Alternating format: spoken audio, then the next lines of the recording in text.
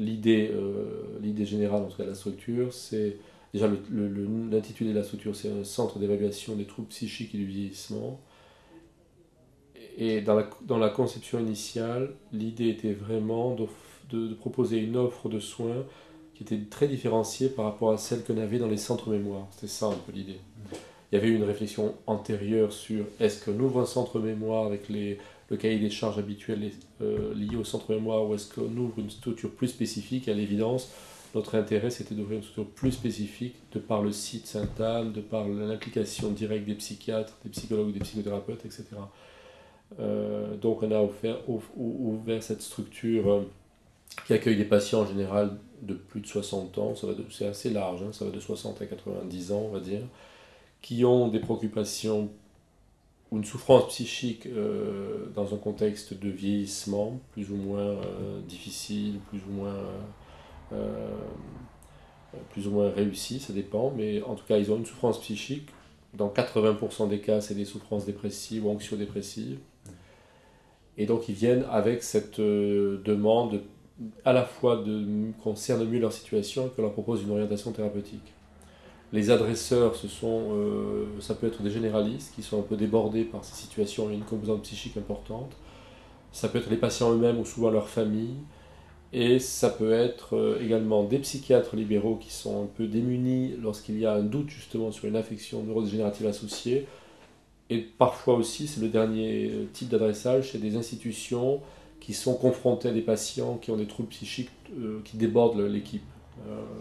Agressivité, désinhibition sexuelle, troubles de l'humeur sévère, idées suicidaires, etc. Donc il y a des profils assez différenciés, mais majoritairement les patients, ce sont des patients relativement autonomes, encore relativement autonomes, qui font une démarche de soins pour qu'on les aide à régler des problèmes de troubles psychiques et essentiellement dépressifs. Voilà la philosophie. Ce qu'on leur propose, c'est justement des entretiens psychiatriques qui prennent en compte la spécificité justement de l'âge. Et on garde en filigrane toujours la possibilité justement d'une affection liée au vieillissement qui s'installerait, maladie d'Alzheimer, maladie de Parkinson, maladie apparentée, etc.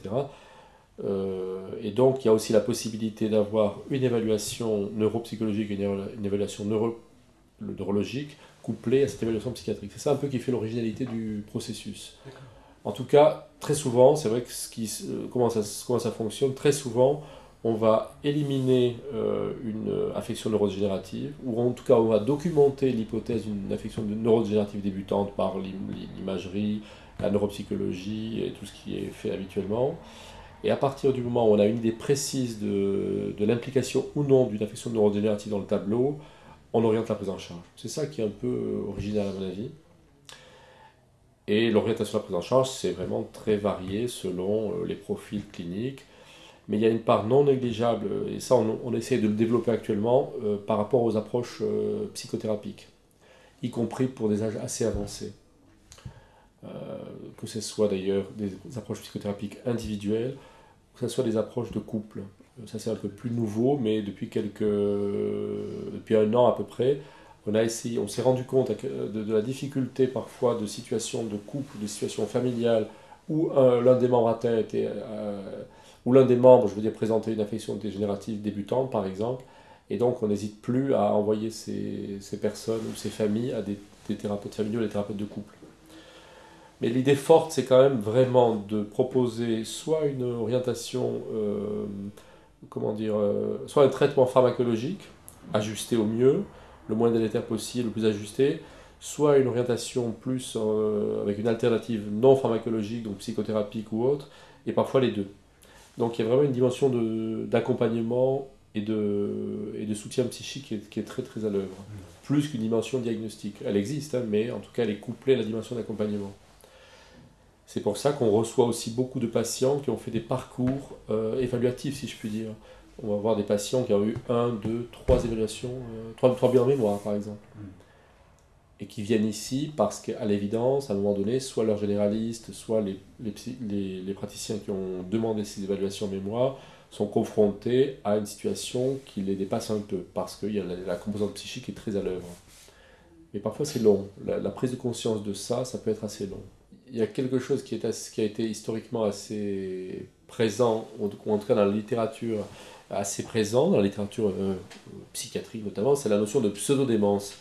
La notion de pseudodémence a été vraiment. Il y a un article Princesse dans les années 1960 où on explique que la dépression, notamment, peut donner lieu à des tableaux qui sont extrêmement proches de ceux que l'on observe dans la démence. Ensuite, ce concept a été très controversé, d'autant qu'on s'est rendu compte que parfois des patients qui, justement, avaient ces tableaux de pseudo-démence qui allaient être régressifs après traitement de la dépression, pouvaient développer des démences ultérieures, etc. Donc il y a eu comme ça toute une littérature très très abondante sur le sujet. C'est vrai que parfois, des tableaux de pseudo-démence vont comme ça évoluer, mais beaucoup plus tard vers des démences avérées. Donc c'est quelque chose d'assez compliqué. Et ce qu'on observe assez souvent, c'est des patients qui ont des tableaux psychiatriques très complexes, notamment des troubles de l'humeur intriqués, des troubles de la personnalité. Le cas de figure, c'est ça. Une dépression très sévère ou une maniaco-dépression très sévère, dans un contexte souvent de personnalité très fragile ou dans un contexte familial, donc une situation souvent de complexité, qui ont des tableaux clairement d'allure démentielle, notamment d'allure frontale.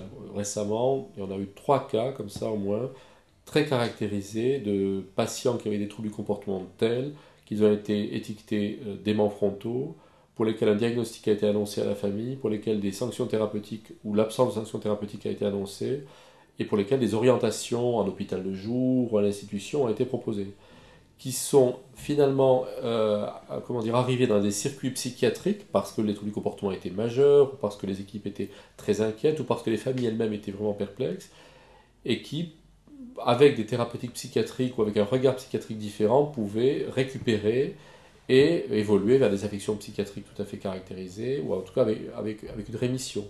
Ce qui est déroutant, c'est que dans ces cas-là, et ce que je n'avais pas perçu moi assez antérieurement, c'est que les familles sont dans des états tout à fait, il y a une sorte de déréalisation pour les familles, parce que souvent ce sont des personnes qui vont vous dire mais j'ai vu un médecin qui m'a annoncé que mon mari avait une maladie d'Alzheimer, j'ai pensé à acheter un lit médicalisé, j'avais parlé à mes enfants, on a réfléchi à des histoires de transmission de patrimoine, etc. Et qui vont se retrouver 6 mois, 1 an plus tard avec un scénario totalement revisité.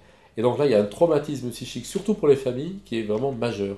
Et ça, effectivement, ça montre à quel point le diagnostic de certaines démences, et notamment des maladies apparentées, peut être extrêmement complexe, et surtout, ça montre à quel point un regard psychiatrique un peu affûté peut être très important, et surtout un regard évolutif.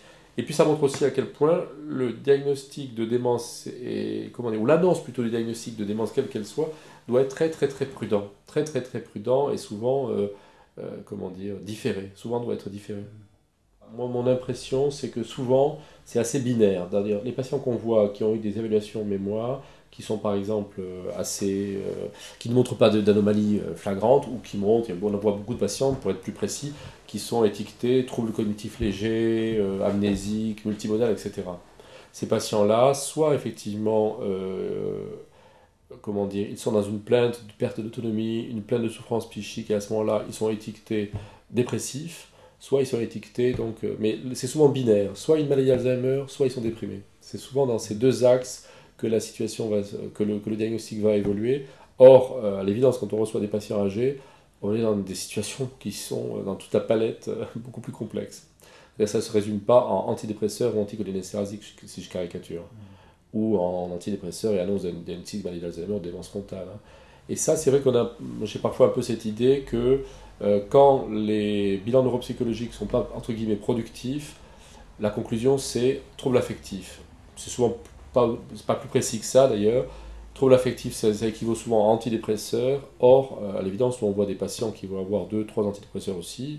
Après avoir 2 ou 3 évaluations mémoire, ils vont avoir 2 ou 3 antidépresseurs. C'est pas ça qui règle la situation. C'est là où, à l'évidence, il y a besoin d'une évaluation psychiatrique ou psychologique ou psychothérapeutique plus subtile, on va dire. Ça, c'est un vrai. On pallie vraiment ces situations-là, ces demandes-là, c'est évident. Euh, Mais on pourrait penser qu'il y a de plus en plus de demandes comme ça. Non. Clairement, il y a de plus en plus de demandes comme ça, oui, ça je Et au le niveau de la prise confirme. en charge derrière. Bah, c'est clairement, on est confronté à de plus en plus de demandes comme ça, d'ailleurs. Souvent, d'ailleurs, des demandes qui sont effectivement, pour peu qu'on s'y penche un peu, d'une grande complexité, justement. Et la prise en charge, on essaye de l'articuler au mieux avec les réseaux libéraux, avec des réseaux institutionnels, mais c'est vrai qu'on va être confronté, je pense, assez vite à une carence de possibilité de prendre en charge des situations comme celle-là. Euh, et c'est pour ça justement qu'on a essayé, par exemple, un des enjeux du centre aussi, c'est d'éviter la dégradation de situations comme ça qui peuvent évoluer sur plusieurs années et d'éviter des passages aux urgences un peu intempestifs et des hospitalisations qui vont durer 2, 3, 4, 5 mois. Ce matin, par exemple, j'ai vu une dame qui est hospitalisée en gériatrie depuis le mois de février dernier, ce qui commence à compter déjà, avec un tableau, on va dire pour être rapide, d'hypocondrie. Je ne suis pas persuadé que l'hospitalisation aussi prolongée en gériatrie pour une hypocondrie ait du sens. Je ne pense pas. Pour X raisons. Donc c'est une hospitalisation qui aurait pu être évitable si à un moment donné, beaucoup plus tôt, on avait sollicité un psychiatre et on avait essayé de travailler un peu dans l'interdisciplinarité pour essayer de voir comment on pouvait gérer mieux la situation. Donc on voit très bien des patients, notamment en hospitalisation prolongée, qui sont vraiment dans des hospitalisations parfois très très prolongées, pour lesquelles peut-être une intervention en amont aurait évité ça. Parce qu'après, l'hospitalisation très prolongée est délétère, c'est évident, hein. Pour les patients, pour leurs familles, et puis les systèmes se mettent en place de manière assez rigide, et pour les faire se modifier, c'est souvent très compliqué, hein. Il y a d'autres consultations comme ça sur alors, Paris ou la France, déjà? Je pense que, comment dire, à Paris en tout cas, je ne sais pas si c'est organisé comme ça, mais il y a un collègue qui s'appelle Jérôme Pellerin qui a monté depuis déjà assez longtemps un service de psychiatrie de la personne âgée, qui est dans un univers très gériatrique, puisque c'est à Charlefoix. Alors après, je ne sais pas comment il fonctionne, mais je pense qu'il y a évidemment accès à des regards spécialisés de psychiatres qui s'intéressent aux personnes âgées. Donc ça, c'est l'équivalent parisien que je connais bien. Je ne suis pas sûr qu'il y en ait tant que ça à Paris intramuros ou Paris proche banlieue. En province, il y a un centre qui s'est beaucoup intéressé à la personne âgée. Historiquement, c'est le centre géré c'est le nom par Jean-Pierre Clément à Limoges. Mais là, c'est historique, c'est-à-dire que dans les années 70, son prédécesseur, le professeur Léger, pour des raisons que j'ignore, mais enfin en tout cas avait vraiment creusé les sillons du vieillissement, donc il avait monté une structure qui s'est pérennisée. Il y a des structures comme ça à Lyon également, il y a un médecin qui s'appelle le docteur Didier Racoupeau qui a monté une unité de gérontopsychiatrie à donc Lyon, Limoges, Nice, quelqu'un qui s'appelle le professeur Robert qui s'est beaucoup intéressé, mais peut-être plus à l'Alzheimer. Donc il y a quelques structures comme ça, mais ce n'est pas forcément généralisé. Et puis elles sont effectivement soit plus dans un courant gériatrique, c'est-à-dire que ce sont des structures qui font un peu le même travail qu'une consultation mémoire, justement, ou bien ce sont des structures qui sont plus dans la psychopathologie. Par exemple, Jérôme Pellerin, une formation de psychanalyste, je pense qu'il y a vraiment une approche très psychopathologique. Donc c'est des structures qui sont assez hétérogènes finalement.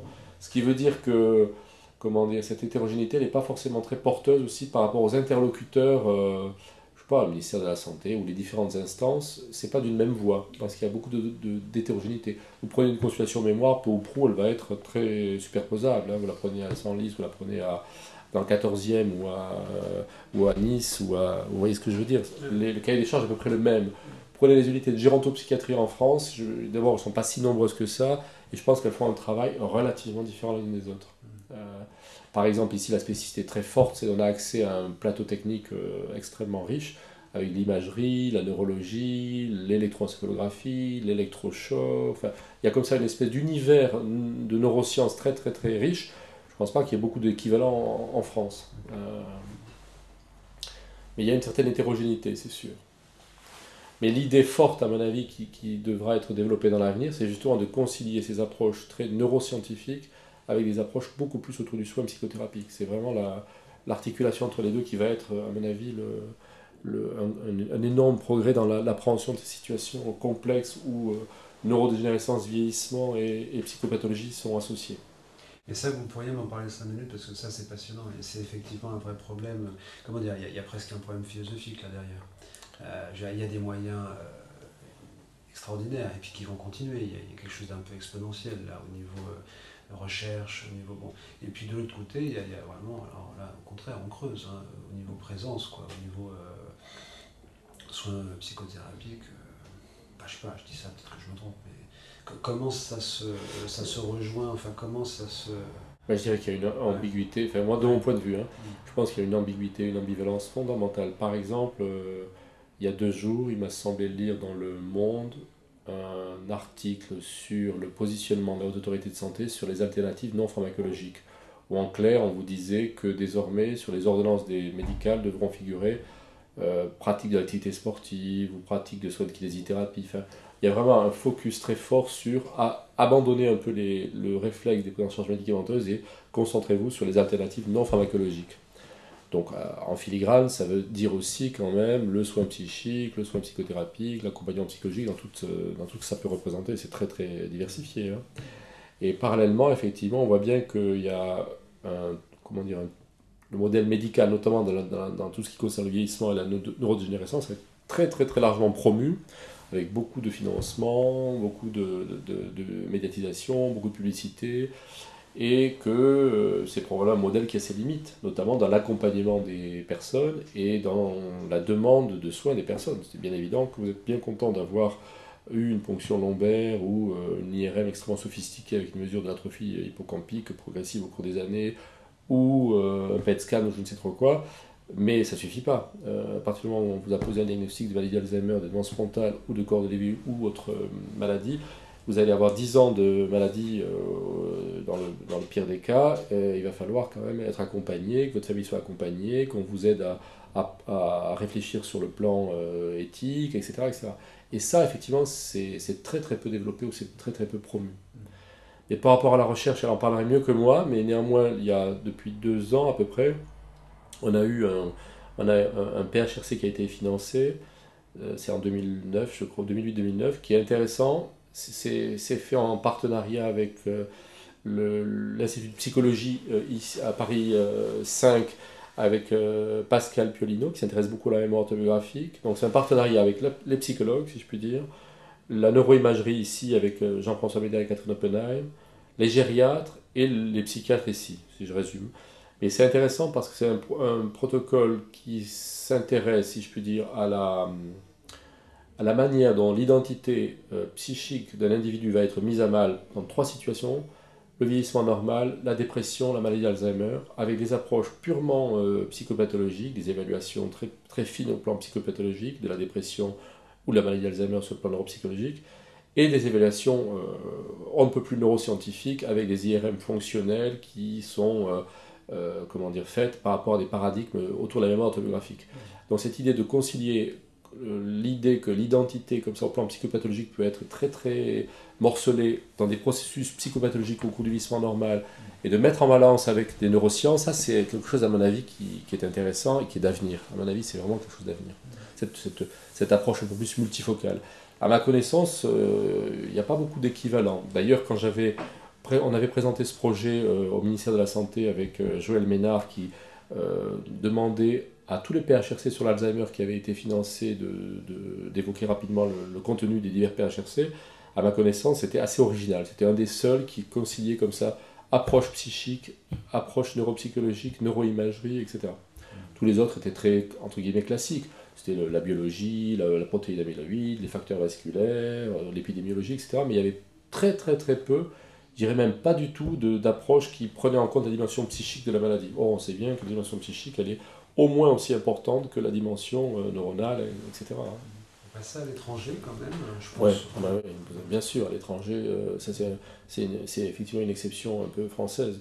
Moi, je connais pas bien ça, mais d'une part, à l'étranger, les structures de soins sont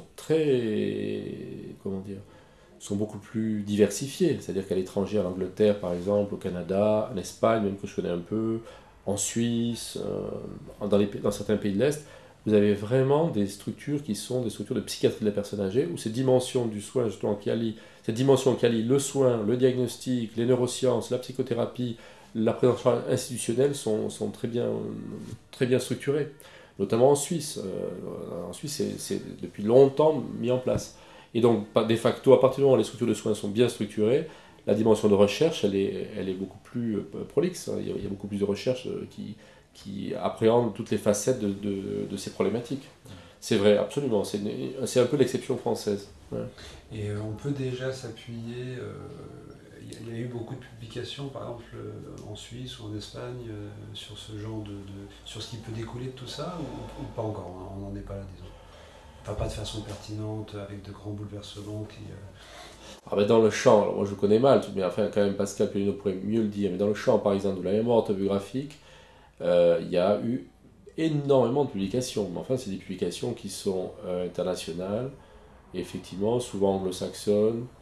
Euh, oui, elles sont essentiellement anglo-saxonnes. Je pense pas que dans les pays comme la Suisse, il y a eu autant de publications que ça, effectivement. Mais les publications anglo-saxonnes, il y en a beaucoup qui prennent en considération la complexité de tout ça. Où il y a beaucoup de publications anglo-saxonnes aussi sur la dimension, comment dire, les liens entre neuroanatomie et psychisme dans la dépression gériatrique. Il y a eu beaucoup, beaucoup de littérature. Mais c'est vrai que c'est une recherche qui est très, très embryonnaire en France. Il y a eu, je crois, un PHEC aussi qui a été financé dans le champ de l'apathie, qui était produit par des psychiatres. Mais il n'y a pas beaucoup de recherche sur le sujet, c'est vrai. Il y a une prise de conscience de l'intérêt de développer ce type de prise en charge, cette réflexion pluridisciplinaire, transversale un peu autour du vieillissement.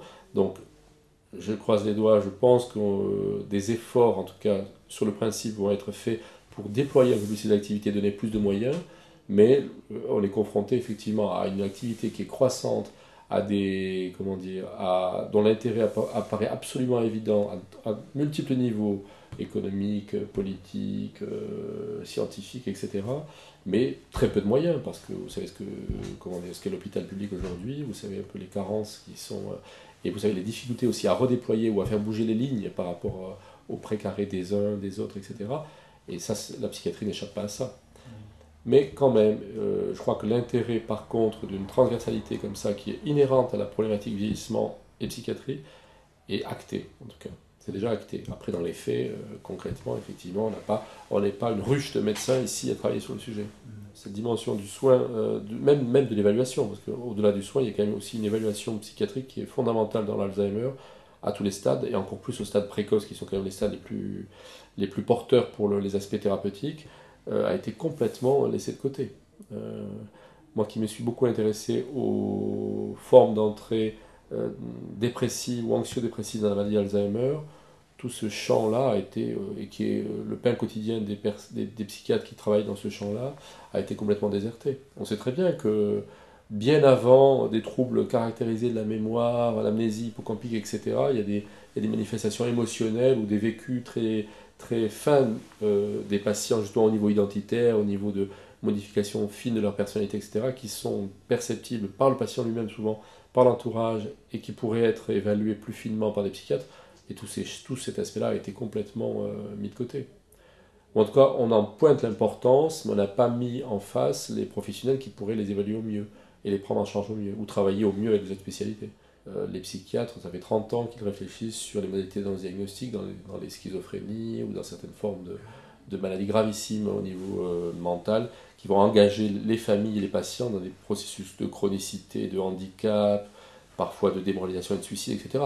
Donc ce savoir-faire psychiatrique n'a pas du tout été sollicité, en France en tout cas.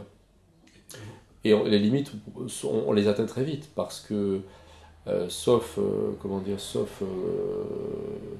déclaration un peu, sauf scoop si je puis dire, je ne pense pas qu'il y a à l'heure actuelle de thérapeutique biologique qui va être mise sur le marché dans les 2 ans à venir, qui va révolutionner la maladie d'Alzheimer. Donc, ce modèle médical probablement a été très hypertrophié au détriment de modèles beaucoup plus sur la réhabilitation, la chronicité, le handicap, l'acceptation de la maladie, les réseaux de soins, la dimension psychique ou voire psychiatrique, etc. Tout ça, ça a été, je pense, mal dosé, si je puis dire. On est régulièrement confronté maintenant, et notamment les urgences psychiatriques sont régulièrement confrontées à des situations qui sont tellement dégradées que ce sont des patients qui sont en fait, par exemple un patient qui a une maladie d'Alzheimer et qui a un trouble sévère du comportement, l'offre de soins n'est pas si évidente que ça. Et souvent ce sont des patients qui sont très stigmatisés au sein des filières de soins. C'est des patients qui ne sont pas du tout pris en charge en médecine interne, c'est des patients qui sont souvent pas pris en charge en gériatrie parce qu'à l'évidence ils vont déborder les équipes de gériatrie parce que tous les comportements sont trop sévères. Et c'est des patients qui peuvent être aussi refusés par les équipes de secteur psychiatrique qui ne sont pas familiarisés auprès des personnes qui ont des affections neurodégénératives. Donc c'est des patients qui font des circuits de soins absolument infernaux et qui sont souvent rejetés ou qui finissent par atterrir justement sur le secteur psychiatrique, parfois avec une mesure de placement, ce qui est absolument aberrant. Donc les familles sont effondrées, les patients sont souvent dans des situations médicales pas acceptables, et donc ça, c'est de plus en plus fréquent. Donc on voit bien que la réflexion, elle est déjà dépassée, si je puis dire. La réflexion en termes de filière de soins, elle aurait dû être menée en amont, et là on est déjà un peu dans une situation de crise en fait. Hein. Et au niveau des urgences psychiatriques, moi je pense que, moi je suis parfois aux urgences de Georges Pompidou, ou ici aux urgences à Sainte-Anne, il y a de plus en plus souvent de patients qui sont à l'interface entre la psychiatrie et la gériatrie notamment, avec des affections neurodégénératives, et leur orientation est très difficile, très difficile. Et ils sont souvent rejetés, oui, stigmatisés, rejetés, pas pris en charge dans des bonnes conditions de soins, c'est une évidence. Et souvent parce qu'ils sont confrontés à l'incompétence ou à l'absence de formation des équipes. C'est pas plus simple, c'est pas plus compliqué que ça. Qu'elle soit gériatrique ou qu'elle soit psychiatrique, les psychiatres dans un sens parce qu'ils ne vont pas pouvoir gérer une maladie d'Alzheimer dont ils ne connaissent pas bien les contours, et les gériatres parce qu'ils sont dépassés par la gestion des problèmes de comportement trop sévères ou trop complexes. Ou des familles, ce qui arrive souvent aussi, des familles qui sont particulièrement dysfonctionnelles et qui vont mettre à mal l'institution gériatrique. Ça, c'est très fréquent aussi. Donc cette situation, elle est déjà dans les faits. Et comment dire, les structures de soins fonctionnent comme elles peuvent, mais ce n'est pas du tout satisfaisant, parce qu'il n'y a pas du tout de réflexion... où il y a une réflexion sur le papier, mais pas dans les faits. La réflexion aussi, on la trouve dans les circulaires gériatriques, par exemple, où on vous dit que des lits de psychiatrie de personnes âgées doivent être ouverts dans la plupart des structures, avec une interface collégiale avec la gériatrie, avec des soins psychiatriques, psychologiques. Tout ça est écrit dans les textes, notamment dans les circulaires de gériatrie, mais dans les faits, c'est beaucoup plus complexe que ça. Pas plus tard qu'hier, une collègue psychiatre libérale m'a appelé parce qu'elle est confrontée à un cas d'un collègue cardiologue qui est âgé, qui a une démence assez évoluée et qui est très agressif au point que son épouse a dû quitter le domicile tellement elle était inquiète. Elle était très démunie. Ce patient n'est pas du tout accepté en médecine interne. Il n'est pas plus accepté en psychiatrie parce que là, c'est la famille qui estime que le secteur psychiatrique n'est pas à même d'accueillir ce patient. Ils ont sûrement raison. Et en même temps, en gériatrie, il y a très très peu de centres qui accueillent des patients avec des gros troubles du comportement, notamment l'agressivité. Dans les faits. En théorie, de la même manière, ça peut être le cas, mais dans les faits, c'est rare. Donc, c'est des situations assez critiques, je dois dire, en termes de parcours de soins, en termes de filière de soins. En 2011, pour des patients âgés et leurs familles, je pense que c'est un vrai problème de santé publique, ça. Et je ne parle pas de... À Paris, il y a opulence de moyens. Je ne parle pas de certaines régions très reculées en province où les filières de soins, notamment psychiatriques, ne sont pas du tout développées. C'est encore un autre débat. Hein. Ce que vous essayez de faire là, justement, c'est peut-être pas de recoller les morceaux, mais c'est justement d'essayer de faire un travail, disons, de renvoyer la balle, bon, c'est pas ça, mais enfin, disons, de rétablir des liens avec des réseaux, via l'hôpital, étant entendu qu'on serait ici à l'hôpital, hein, avec peut-être l'idée à plus long terme de faire prendre conscience aux praticiens, aux généralistes, hein, aux gens qui finalement aujourd'hui envoient extrêmement tard et font appel quand c'est un peu dernière ligne, et puis même quand c'est trop tard, même éventuellement, pour que voilà, il y ait peut-être un travail plus quotidien, plus de longue haleine. Ça fait partie du projet ou c'est pas ça? Oui, c'est assez bien formulé, je dirais. Et puis l'idée, c'est effectivement aussi que dans la plupart des maladies neurodégénératives, peut-être que l'Alzheimer, finalement, c'est le moins flagrant, encore que, mais dans les démences, dans les maladies vasculaires, dans les maladies à corps de Lévy, dans les maladies frontales, dans d'autres pathologies plus rares dégénératives, il y a souvent 2, 3, 4 ans où les patients vont présenter exclusivement des symptômes psychiatriques. Plus ou moins complexes, ça peut aller de l'anxiété simple à la paranoïa, ou ça peut aller dans les histoires d'hypocondrie extrêmement sophistiquées, ou des histoires d'hallucinations extrêmement particulières, etc., qui nécessitent une compétence psychiatrique et qui permettent d'attirer l'attention sur l'hypothèse d'une maladie neurodégénérative débutante, et surtout de préparer le patient, de préparer la famille, de préparer le circuit de soins qui va pouvoir accueillir ce patient dans les meilleures conditions.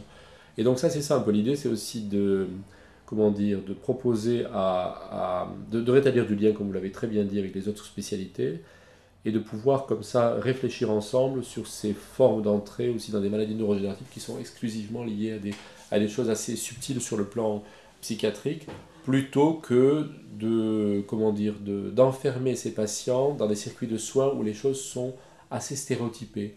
Je vous l'ai dit, l'exemple flagrant, c'est des patients qui sont vus 2, 3, 4 fois en consultation mémoire, alors qu'à l'évidence, au bout de la deuxième consultation mémoire qui ne montrait rien de particulier ou rien d'inquiétant pour le moment, une intervention psychiatrique aurait permis quand même peut-être de mieux dénouer la situation et de proposer du soin, d'anticiper un petit peu mieux. Donc ça, c'est un axe. Et le deuxième axe, c'est aussi, par exemple, chez des patients qui sont dans des stades déjà plus évolués, d'éviter vraiment des placements en urgence ou d'éviter des passages aux urgences hospitalières ou d'éviter des décompensations familiales ou d'éviter des problèmes majeurs avec des personnes qui se rendent à domicile parce que la gestion des troubles du comportement n'a pas été faite du tout, ou qu'elle a été faite à coup de neuroleptiques à des posologies très élevées, ou avec des antidépresseurs systématiquement alors qu'ils n'étaient pas opportuns, etc. Donc c'est vraiment donner une expertise psychopharmacologique par exemple, ou une expertise aussi sur le psychologique au sens large du terme par rapport aux patients et leurs familles, pour pouvoir éviter d'être dans une situation de dégradation telle que les patients se retrouvent forcément aux urgences pour plusieurs mois à l'hôpital, avec des enjeux en plus hospitaliers et économiques qui sont majeurs. Et d'épuisement des institutions aussi, parce que c'est des patients qui sont vraiment difficiles à prendre en charge dans les institutions, c'est évident. Hein. Un axe aussi qui est très important et qui va être le pendant de la structure qui est ici en place dans les murs de l'hôpital, c'est un axe qui avait déjà été présenté d'ailleurs en 2006, donc ça commence déjà à être ancien, au ministère de la Santé, qui avait fait un appel d'offres dans ce sens, sur des équipes qui se rendent à domicile, justement. Parce que les patients qu'on voit, soit ils sont adressés, ce qui déjà reflète un environnement médical assez favorable, soit ils sont adressés par les institutions, par la généraliste ou psychiatre, donc ceux-là sont finalement dans des conditions d'environnement médical assez favorables. Mais beaucoup de patients sont chez eux, très isolés, notamment à Paris, avec des problèmes psychiatriques qui sont chroniques, des problèmes de neurodégénérescence qui sont aussi en train de s'installer. Et ces patients-là, donc l'idée serait aussi, d'une manière ou d'une autre, d'aller les voir à leur domicile pour essayer d'éviter des situations très dégradées, où les copropriétaires vont vous appeler parce qu'il y a une odeur pestilentielle, ou parce qu'il y a vraiment à l'évidence des troubles du comportement majeurs, ou parce qu'il y a des plaintes au commissariat pour un syndrome paranoïaque, etc. Donc d'essayer de faire les deux dans les deux sens. Les patients favorisés finalement qui viennent à l'hôpital parce qu'ils ont les moyens de le faire au sens large du terme, et les patients qui sont beaucoup plus isolés, mais qui sont en grande souffrance psychique et qui vont être repérés par les assistants sociaux, par les copropriétés, par éventuellement des concierges, par des assistantes à domicile, etc. Donc c'est de faire ce double travail. En lien avec, pareil, bien sûr, les services de gériatrie, de neurologie, la médecine interne, la médecine générale, etc. Pendant longtemps, on s'est, moi je me suis intéressé un peu au suicide, à un moment donné, suicide et démence, c'était ça l'intérêt.